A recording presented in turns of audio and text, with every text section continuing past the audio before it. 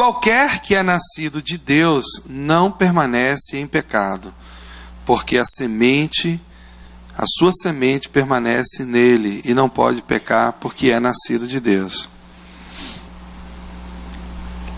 Nisto são manifestos os filhos de Deus e os filhos do diabo. Qualquer que não pratica a justiça e não ama seu irmão não é de Deus. Amém? Vocês já perceberam que eu vou continuar o tema pecado que nós falamos na semana passada. E esse tema, na verdade, era até para eu ter começado falando isso. Esse tema é muito complicado. Porque, de certa forma, todo mundo peca. Todo mundo peca. Em algum momento, vamos errar em nossa conduta, ou com o nosso irmão, ou com Deus. Ou nós vamos errar no nível horizontal. O nosso irmão pode ser um marido, esposa, filho, amigo, vizinho, enfim. Nós podemos pecar realmente nesse nível. Ou mais grave ainda, podemos pecar contra o próprio Deus, sabendo que boa parte dos pecados que são cometidos contra o nosso irmão também refletem no nosso relacionamento com Deus, principalmente os pecados que quebram o relacionamento, pessoa com ódio, mágoa no coração, esses tipos de pecados atrapalham e em muito a nossa comunhão com Deus. Se você pegar a própria oração do Pai Nosso, por exemplo, né, que diz, perdoa os nossos pecados, como temos perdoado os que têm nos ofendido. Então, a oração já do Pai Nosso pressupõe que, ao orar a Deus, pedindo perdão pelos seus pecados, você já tenha perdoado os pecados do seu irmão. E se você então ora a Deus pedindo perdão dos seus pecados, mas você odeia fulano, odeia cicrano, não fala com Beltrano, não tem, está entendendo? Se você pode até ter situações de desentendimento, é passível do relacionamento humano, né? As relações humanas, elas são estremecidas em algum momento, mas isso não dá direito a você guardar ódio no seu coração, mágoa de ninguém. Nós não podemos permitir que uma ofensa, um problema, qualquer tipo de situação venha a gerar ódio no nosso coração. Porque aí então o inimigo ele conseguiu anular sua comunhão com Deus. Se você odeia alguém, você tem que repensar urgentemente essa questão da felicidade. Eu quero até te dar um conselho. Se você quer ser feliz, pare de odiar as pessoas. Não permita que ódio, mágoa, ressentimento tenha lugar no seu coração, porque isso é profundamente prejudicial para quem quer ser feliz. Não vai. São coisas que a gente precisa cuidar. Mas não estou bem preocupado em falar exatamente disso agora, nesse momento. O certo é que se nós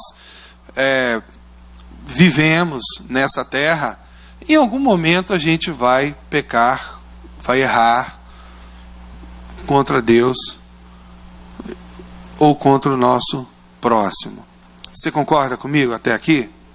Sim ou não? Pronto. Ao falar sobre pecado na igreja, eu corro o risco de ser interpretado da seguinte forma. É uma outra questão também. Você vai entender isso. Será que o pastor não descobriu alguma coisa da minha vida e está dando umas indiretas para mim? Seja honesto com a sua consciência. Você já pensou alguma vez isso, não já não?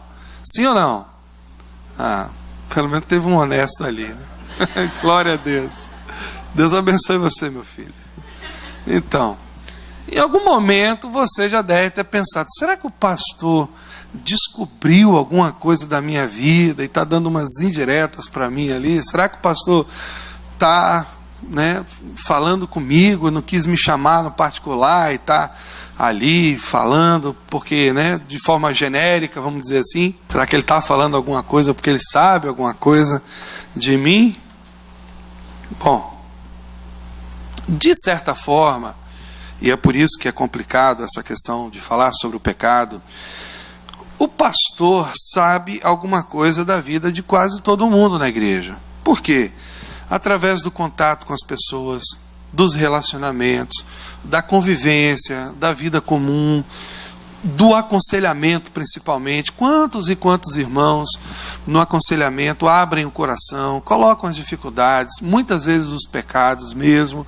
Não é que o pastor está ali, a pessoa está se confessando para o pastor e ele tem poder de perdoar o pecado de ninguém. Não, mas às vezes numa busca, numa atitude quebrantada, de pedir ajuda, de se libertar daquela situação, de buscar realmente conselho, né, para sair daquele enrosco, daquele embaraço. Muitas pessoas procuram o pastor, se aconselha, coloca as dificuldades, as lutas, confessa pecados. E Tiago 5,16 diz: confessai vossas culpas uns aos outros, porque a oração de um justo pode muitos seus efeitos. Do justo, a gente tem que tomar muito cuidado com essa questão. Eu estava até falando com a Luciana recentemente sobre isso. A gente tem que tomar muito cuidado, porque muitas vezes nós somos estimulados, né, a abrir o nosso coração para pessoas que não têm a maturidade que a gente espera que tenha, né? Pessoas que às vezes estão no processo ainda e talvez precisem crescer um pouco mais. E aí às vezes a gente abre o nosso coração e a gente pode passar por alguma dificuldade, algum constrangimento. Mas o bom, a verdade é que todo mundo na igreja tivesse maturidade para olhar, né, como diz a própria palavra, os pecados do irmão com brandura. Porque nós muitas vezes somos coniventes com os nossos pecados, não no sentido de concordar com eles, mas assim, a gente lida de forma diferente com os nossos pecados. A gente se entristece, a gente busca de Deus, a gente de alguma forma, a gente não é juiz da gente mesmo, né? E muitas vezes quando a gente vai olhar o pecado do irmão, a gente se torna juiz, algoz, né? Então, a Bíblia diz que nós temos que olhar o pecado do nosso irmão com brandura. Esse é o conselho bíblico. Mas a Bíblia fala assim de nós termos essa atitude, essa postura de abrir o nosso coração. Se você abrir o seu coração para uma pessoa justa na igreja, eu creio que vai acontecer o que a palavra diz. A palavra não mente. A Bíblia diz: confessai as vossas culpas uns aos outros. Tem 2 lugares na Bíblia que fala sobre confissão de pecados. Um é em 1 João. Se confessarmos os nossos pecados, Ele é fiel e justo para nos perdoar os pecados e nos purificar de toda a injustiça. Então existe confissão para perdão de pecados e existe confissão para libertação de pecados. Tem muita gente que não consegue se libertar de pecados porque aquilo fica ali oculto, ali dentro do seu coração. E o diabo trabalha, a gente sabe disso, no andar de baixo. Ele trabalha no mundo da obscuridade, ele trabalha no mundo das trevas. Essa é a verdade. Quando você já teve essa experiência, eu tenho certeza disso. Muitas pessoas se sentiam culpadas. Quantas e quantas pessoas já vieram diante de mim e disseram: pastor, olha, esse pecado está me consumindo, eu não aguento mais. E como Davi viveu lá no Antigo Testamento, né? Os ossos foram, né, sendo prejudicados, a sua saúde, o seu emocional, o seu humor se tornou em sequidão de estio. A pessoa vai se fechando, vai se tornando amarga, vai tendo problema de saúde aqui, problema ali, porque a pessoa guarda aquilo dentro dela. Mas se nós obedecermos a palavra que diz: confessai vossas culpas uns aos outros, mas esse uns aos outros está explicado lá no finalzinho, que não é qualquer um, não é qualquer pessoa. Você não vai sair confessando seu pecado para qualquer pessoa na igreja que você vai ter problema, não é assim. Tem pessoas que não podem ouvir, porque elas não têm ainda a maturidade, elas não têm ainda, né, essa compreensão da palavra que precisa ter para poder lidar com essa situação. Já pensou, você vai confessar um pecado para o irmão diz: irmão, eu estou pior do que você, eu estou vivendo essa situação, mas só que eu estou pior, viu? Então não adianta. a gente tem que confessar, Tiago 5,16, confessai vossas culpas uns aos outros, para serdes curados. Olha o que fala, libertos, porque a oração de um justo, imagine, você confessar seu pecado para uma pessoa madura, um crente, uma pessoa que foi justificada, que está vivendo a sua vida santa, quando ele orar por você, aquilo vai se tornar em cura na sua vida, aquilo que estava oprimindo o seu coração, atrapalhando a sua vida, destruindo você, roubando as suas forças, vai se tornar em cura. Foi o que Davi fez depois, quando ele descobriu a beleza da confissão para a cura. Mas ainda assim não é isso que eu queria falar hoje à noite. Na verdade, como eu já disse, o pastor, ele sabe um pouco da vida das pessoas, pela convivência, pelo aconselhamento, e então é uma questão tanto quanto complicada, mas Provérbios fala algo tão precioso para nós.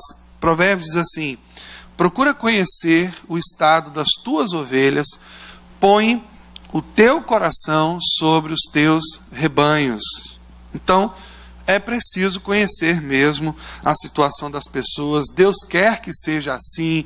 Deus deseja que o pastor saiba assim das suas lutas, das suas dificuldades, não para ficar trazendo no púlpito, não para ficar ligando para o irmão tal, para ficar expondo sua vida. Não, nada disso. Isso é pecado, e eu acho que se o seu pastor faz isso, você não deve abrir exatamente nada. Aliás, você não deve nem ter essa pessoa como seu pastor, né?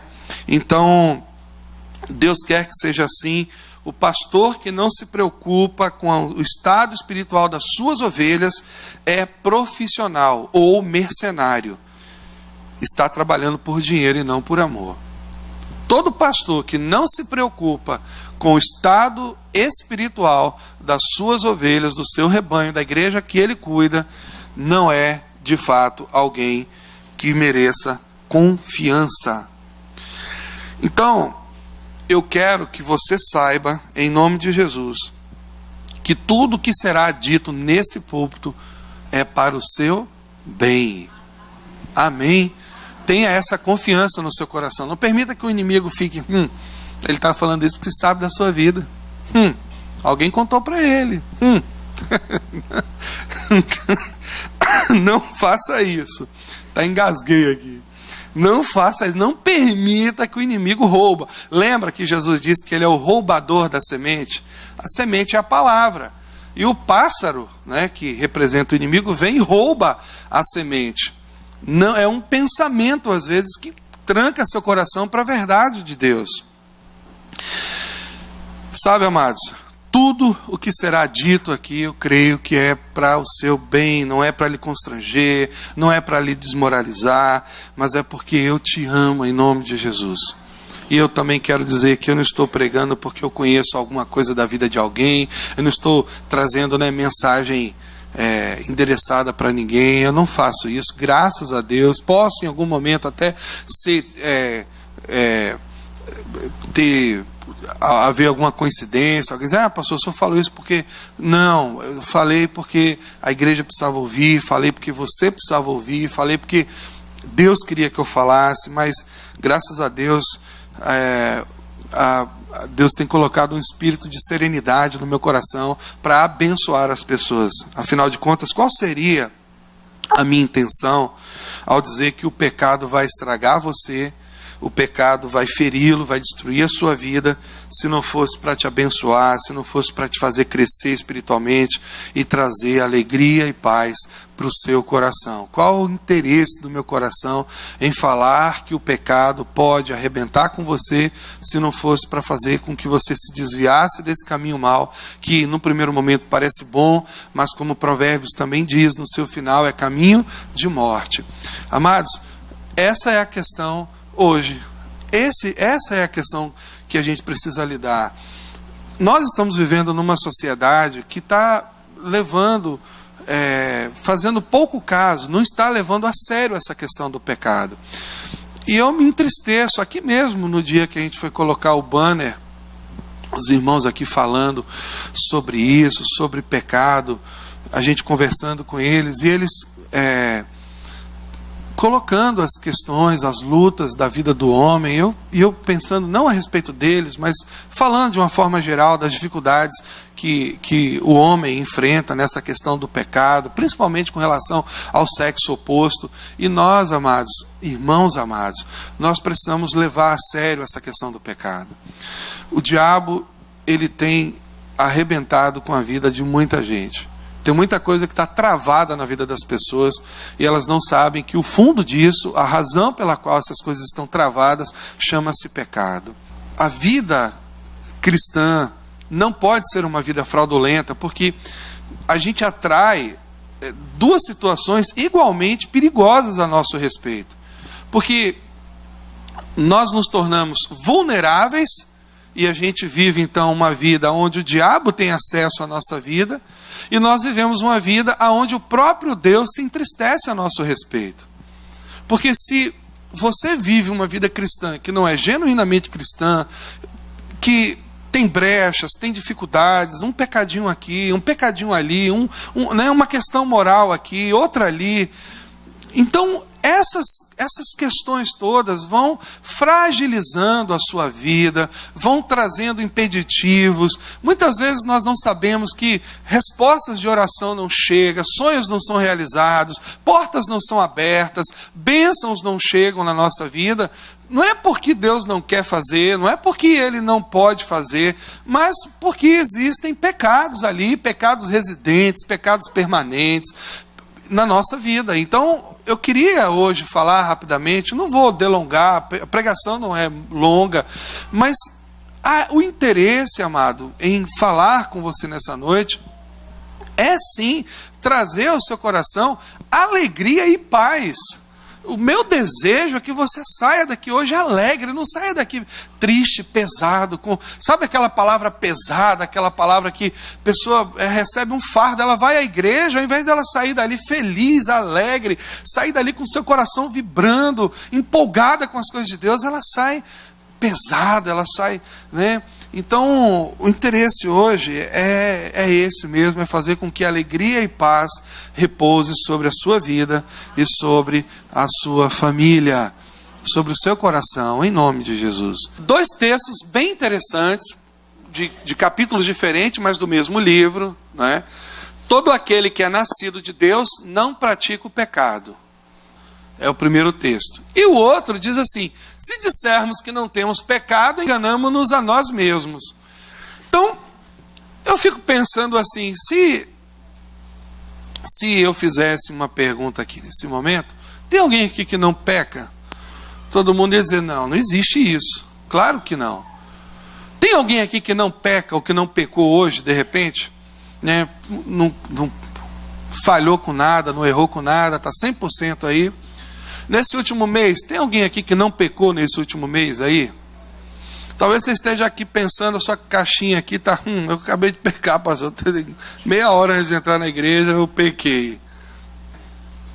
Então, o primeiro texto, que é 1 João 1,8, diz assim: se dissermos que não temos pecado, enganamo-nos a nós mesmos, e não há verdade em nós. Ou seja, ninguém pode dizer que não peca. Isso não é verdade. Se você encontrar alguém que diz assim, olha irmão, tem um ano que graças a Deus, graças ao bom Deus eu não peco, tem um ano que eu não peco. Igual a história daqueles meninos, né? Diz que duas crianças estavam brincando na igreja, cachorrinho nos braços, e o pastor chegou, e aí os meninos já se tremeram todo.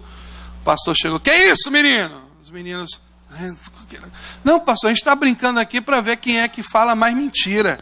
Quem falar mais mentira vai ganhar o cachorro de presente. Quem contar a maior mentira vai ganhar o cachorrinho de presente. O pastor, o quê? Na idade de vocês eu nunca contei uma mentira. O menino, toma pastor, o senhor ganhou o presente. Né? Então, e tem pastor que é mentiroso, viu? Misericórdia. Um espírito de engano que eu não sei onde vai parar. Se dissermos que não temos pecado, enganamos-nos a nós mesmos. A gente está enganando a quem? Você está enganando a Deus? Se você disser, não, é porque essa semana, graças a Deus, eu não pequei. Você está enganando a Deus? Não, você está enganando a você mesmo. Porque não há ainda, nós ainda estamos nesse corpo, presos a esse corpo, né, carnal, que está perecendo dia após dia, que é susceptível à tentação, né? Por isso que a Bíblia fala com concupiscência dos olhos, né? Os olhos, né, são janelas mesmo para jogar para dentro do nosso coração todo tipo de tentação e de desejo, muitas vezes malignos, amados. As pessoas pecam, e elas pecam ainda, infelizmente. Agora, tem um detalhe que a gente precisa saber, porque são detalhes nas Sagradas Escrituras que levam a gente a uma compreensão bela das coisas de Deus. Olha que coisa interessante. O segundo texto diz assim: todo aquele, agora ele coloca alguns detalhes, todo aquele que é nascido de Deus não pratica o pecado. Ora, não parece que os textos estão se contrapondo? Se dissermos que não temos pecado, enganamos-nos a nós mesmos. E o outro diz: todo aquele que é nascido de Deus não pratica o pecado, porque a semente de Deus permanece nele. Esse slide aí, então, é para quebrar o sujeito no meio, né? Esse texto aí. Aquele que pratica o pecado é do diabo, o texto diz. Misericórdia. A gente vê um negócio desse, às vezes quando eu era jovem, na igreja, mais louco, eu li um negócio desse, eu chegava a me tremer todo. Aquele que pratica o pecado é do diabo, porque o diabo vem pecando desde o princípio. Para isso o Filho de Deus se manifestou, para desfazer as obras do diabo. Existe um termo aqui que traz luz sobre todas essas dúvidas, que é prática. O termo é esse, prática, diferença. Uma pessoa nascida de Deus ainda peca. Você tem que entender isso hoje à noite, para você inclusive aprender a lidar com o pecado. Se você não entender, você não vai lidar com o pecado. Você não vai conseguir lidar com ele. Uma pessoa nascida de Deus ainda peca, mas ela não está na prática do pecado. São termos que trazem muita clareza e muita compreensão sobre o texto bíblico. É impossível uma pessoa convertida permanecer na prática do pecado, tanto quanto é impossível uma pessoa não convertida viver a vida de justiça e santidade. As duas coisas são completamente impossíveis.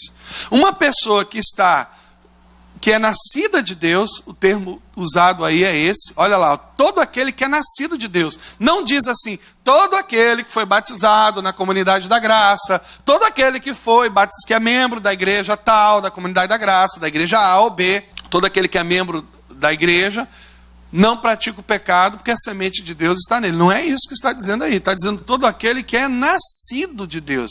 Essa expressão é uma expressão muito forte na Bíblia, que significa regenerado, nascido de novo. Amados, a experiência de conversão é algo tão profundo que acontece em nós, que o termo bíblico não é reformado, não é consertado, é regenerado, regerado de novo. A obra do Espírito Santo dentro de nós é algo tão lindo, tão perfeito, tão maravilhoso, tão completo. A obra de Jesus na cruz do Calvário, na nossa vida, foi algo tão pleno que o termo bíblico é regenerado, gerado de novo. Por isso que Coríntios fala que nós somos nova criatura. Você não é uma criatura consertada, malanhada. Vamos dar um jeitinho aqui brasileiro. Vamos dar um jeitinho. Jesus deu um jeitinho na cruz do Calvário. Então não, queridos, você é nova criatura. O que é novo? Novo é novo. Amém? Amém. Nova criatura. Nem o nascido de Deus permanece no pecado e nem o ímpio deixa de praticar o pecado. É uma questão de natureza. É uma questão de natureza. Aquele que é nascido de Deus não pratica o pecado. Não pratica.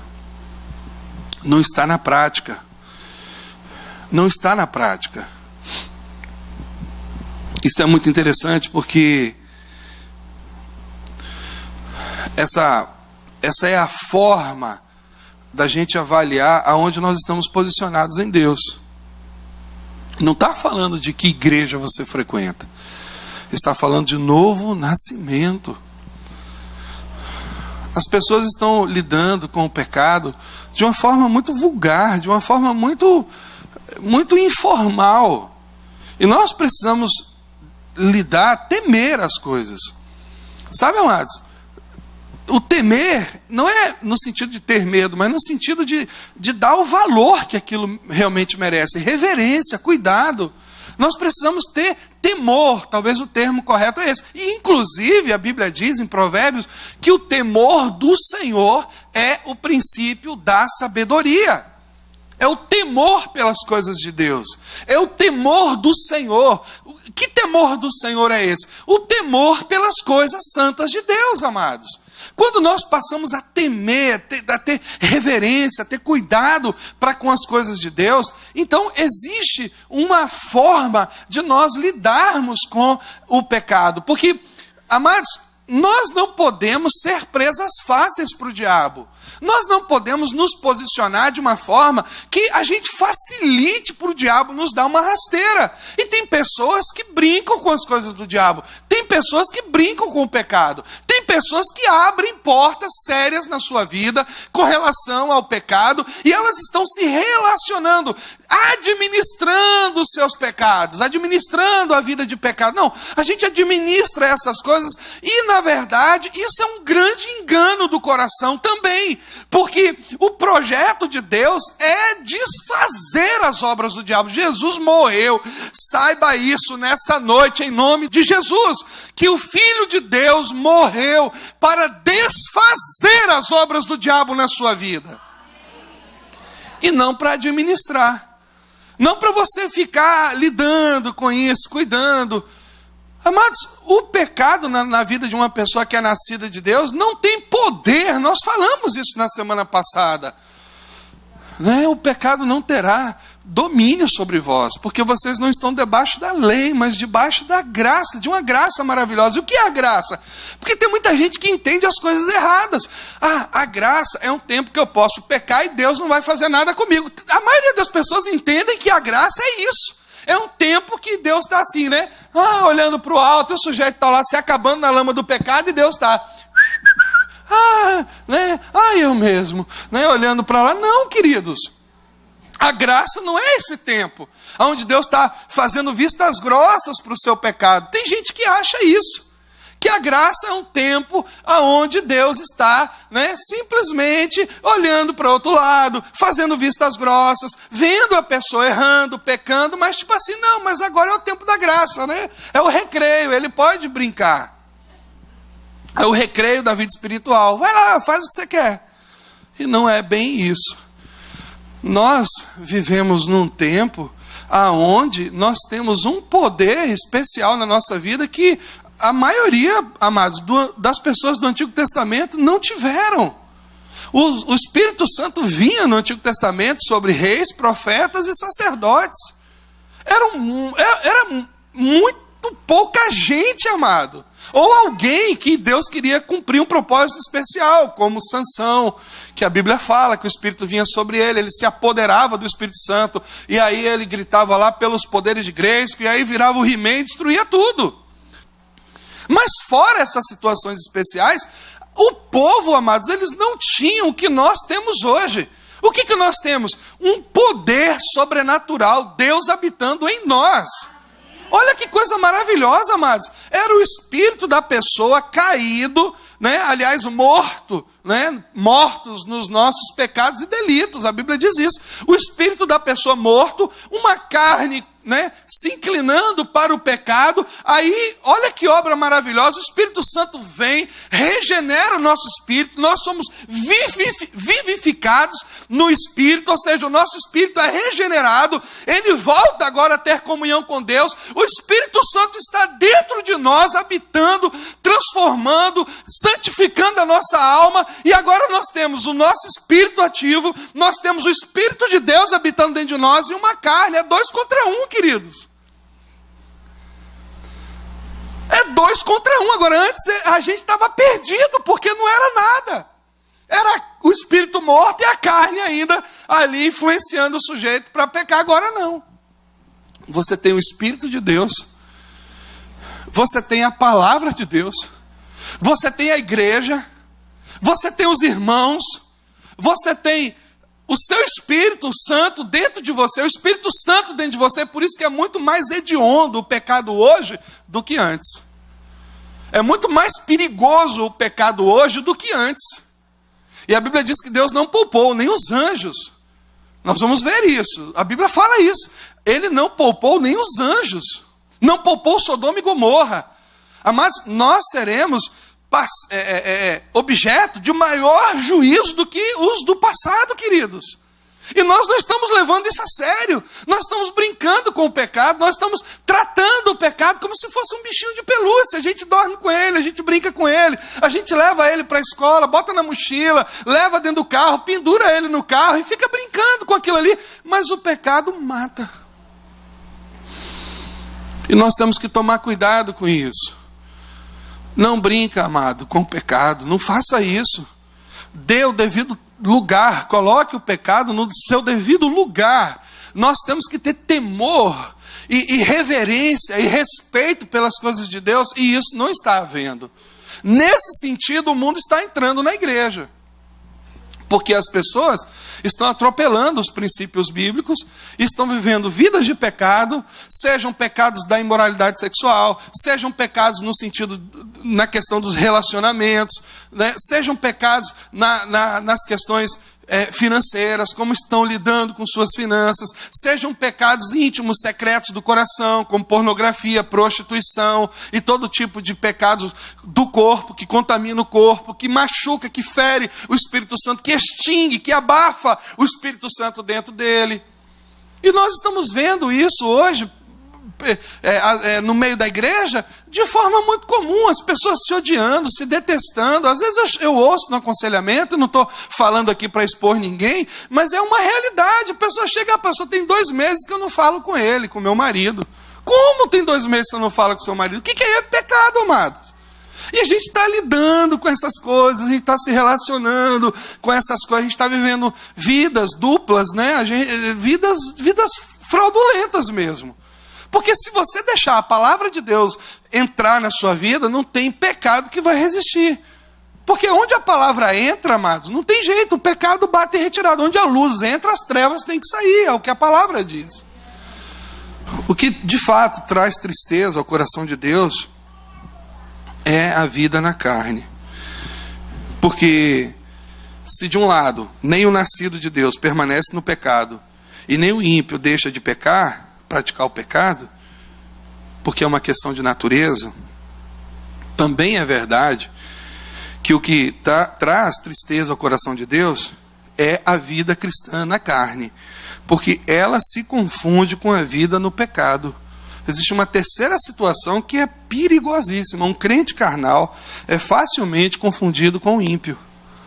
Muitas vezes as pessoas elas passam por ímpias, porque a vida delas é uma vida na carne.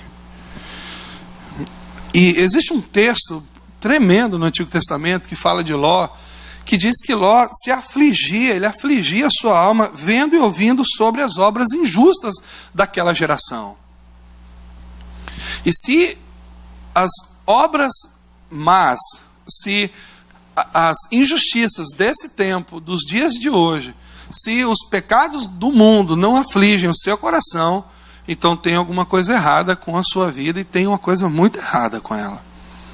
Porque o mundo precisa afligir o nosso coração. A vida de pecado, as mazelas, quando você liga o jornal, quando você ouve as desgraças desse mundo caído, né? Às vezes eu estou em casa, eu falo comigo mesmo, bora lá, vamos ver as misérias do mundo caído, as notícias ruins do mundo caído. Porque aquilo aflige a gente.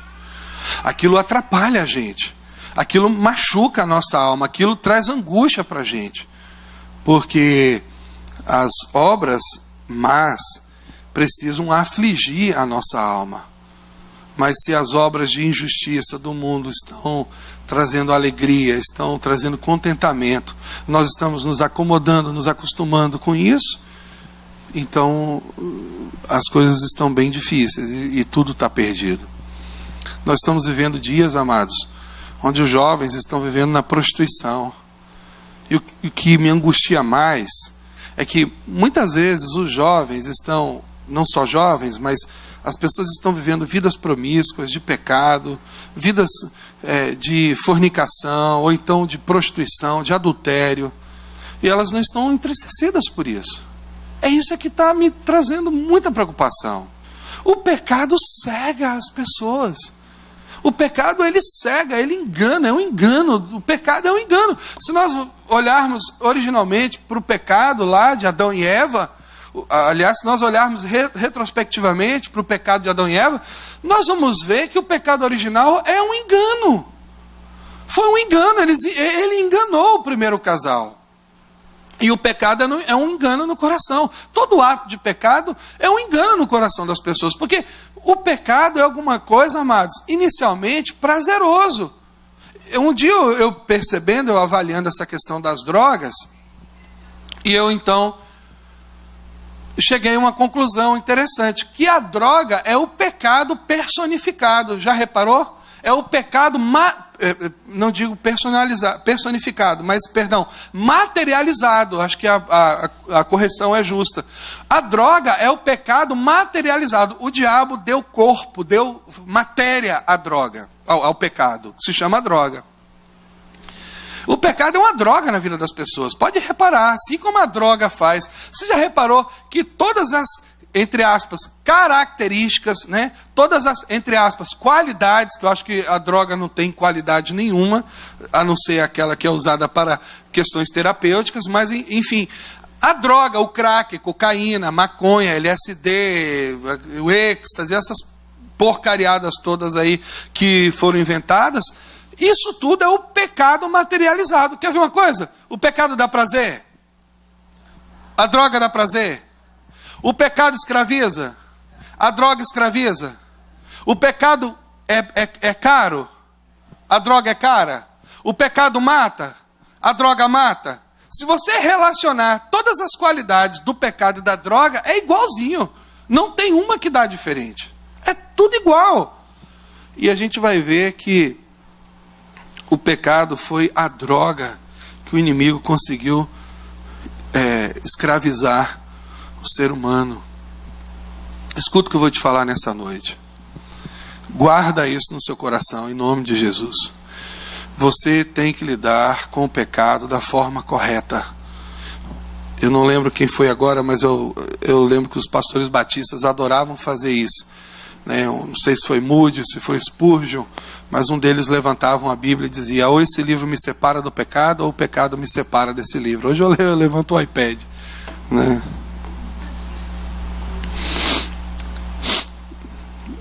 Ou o pecado nos separa de Deus, ou Deus nos separa do pecado. Não tem meio termo. Não haverá meio termo. Você não vai encontrar. Uma vez eu fui pregar numa igreja lá em Euclides da Cunha, e eu falei esse negócio. Eu prometi a mim mesmo que eu não ia falar, mas eu estou em casa, eu vou falar. E eu lá todo empolgado pregando, seminarista, eu falei: porque você não pode ser crente Raimundo, com o pé na igreja, eu tô no mundo. E tinha um Raimundo na igreja, meu irmão, e o camarada ficou me esperando na porta, e quando eu fui apertar a mão dele, ele segurou minha mão com uma força, uma raiva, e ele falou assim: pastor, e não queria soltar. Ele falou: pastor, eu sou Raimundo, mas eu não sou esse crente que estou com o pé na igreja, eu não gostei dessa. Aí o pastor dele falou assim: meu irmão, tchau, Deus te abençoe, Deus te abençoe. E eu comecei a apertar a mão de outra pessoa. Mas isso se dizia, e eu falei: não vou falar mais dessa besteira, porque ofende realmente as pessoas.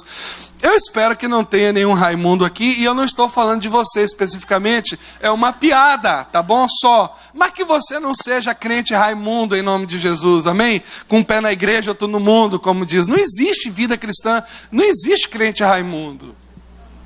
Ou você é quente, ou você é frio. Jesus disse o que a respeito do morno? Vomitar-te-ei. Ou você é ou você não é, meu irmão. E nós estamos vivendo dias realmente difíceis. Porque eu não gostaria de usar esse termo, mas a verdade é essa. As pessoas estão vivendo muitas vezes uma vida cristã eu não queria, mas eu estou em casa, sabe, amados? Então eu não quero ofender ninguém, nem nada disso. Mas aquela situação descarada, sabe o que é uma situação? A pessoa está ali pecando, fazendo errado e vivendo uma vida suja, promíscua, e achando que está tudo bem, que Deus está feliz com a vida dele. Não está. Não está, eu quero dizer a vocês, não está. Se você está mentindo para as pessoas, Deus não está feliz com isso. Não faça isso, não fique na prática do pecado. Se você está enganando alguém, se para ganhar dinheiro você precisa enganar as pessoas, mentir para elas, sabe, ludibriá-las, envolvê-las em florear as coisas, não faça isso. Não faça isso, em nome de Jesus. Uma vez eu conversando com o irmão, ele falou assim: pastor, o problema da minha profissão é que eu tenho que mentir para as pessoas para ganhar dinheiro. Ele era corretor de imóveis, eu espero que você não faça isso, mas a verdade é essa, que para ganhar dinheiro eu preciso mentir para as pessoas. Eu preciso dizer uma coisa que não é, eu preciso inventar pegar um apartamento que às vezes é uma porcaria e fazer daquilo um palácio, porque senão eu não vendo. Eu fiquei triste com aquele irmão, porque eu acho que não precisa isso. A gente não precisa mentir para ganhar o nosso pão, amados. A gente precisa confiar no Senhor. A gente precisa confiar no Senhor, que Deus é provedor, que Deus é bom, abençoador. A gente não precisa viver vida promíscua para ser feliz. Você não precisa se prostituir, você não precisa dormir com ninguém, você não precisa pecar, você não precisa se prostituir, você não precisa vender seu corpo, você não precisa entrar por caminhos tortuosos para que você de alguma forma encontre alegria, paz, esteja bem. Não, amado, meu irmão, você não precisa disso. Você não precisa disso, minha irmã. Nós não precisamos disso. Nós não precisamos faltar com a palavra com as pessoas. Se você deu a sua palavra para alguém, cumpra. Ou então justifique: olha, eu não posso, eu não pude, eu quero pedir perdão, eu prometi isso, prometi fazer aquilo, eu prometi ir com você em tal lugar, eu prometi te restituir, eu prometi te dar isso, eu prometi te pagar, eu prometi, mas eu não estou podendo, aconteceu isso e isso. O problema, amados, é que a gente peca, como o Pedro Collor de Mello uma vez, quando houve aquele problema do impeachment do Collor, o irmão dele, o Pedro, escreveu um livro muito interessante chamado Passando a Limpo a Trajetória de um Farsante. E ele colocou, eu lembro como se fosse hoje que eu peguei aquele livro, eu não tinha condições, eu ia para a livraria para ficar lendo o livro. E ele então colocou assim na primeira página do livro: aquele que conta uma mentira tem que inventar 10 outras mais para sustentar a primeira. E eu achei aquilo interessante, e é verdade. A pessoa peca aqui, aí ela tem que pecar aqui, aqui, aqui, para poder esconder isso aqui. Ela peca colar, aí ela tem que pecar, e um abismo, e aí nesse sentido a Bíblia vai dizendo que um abismo chama outro abismo. O que vai fazer a nossa igreja forte? Santidade, amor pelos irmãos, vida transparente, as pessoas que não têm nada que esconder, não tem nada. Você pode viver, amado, uma vida justa e simples, com honestidade. Ou você pode viver uma vida de ostentação, cheia de pecado, enganando, roubando, mentindo. Eu conheço pessoas, pastores inclusive, que só sabem enganar as pessoas. Líderes religiosos que, para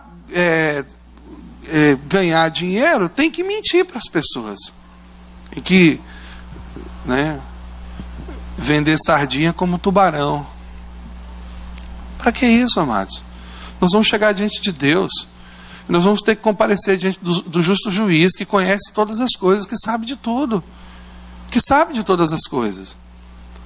É muito triste a gente ver hoje as pessoas vivendo vidas de pecado, vivendo vidas quebradas, a vida está indo de mal a pior, mas, infelizmente, não há uma clareza e uma compreensão de que o que está causando essa falência espiritual, moral, todo tipo de falência, até mesmo financeira muitas vezes, tem a ver com pecado. Pecado, guardadinho no coração. O pecado não é seu amigo, sua amiga. No momento oportuno, ele vai te ferroar e vai inocular o mesmo veneno que inoculou em Adão e Eva e os matou. Se livre do pecado enquanto há tempo. Purifique-se enquanto há tempo. Busque a Deus, como foi dito ontem pela pastora Sueli, enquanto se pode achar. Faça isso, meu irmão. Faça isso, minha irmã. E nós vamos causar um grande impacto nessa cidade. Fica de pé em nome de Jesus.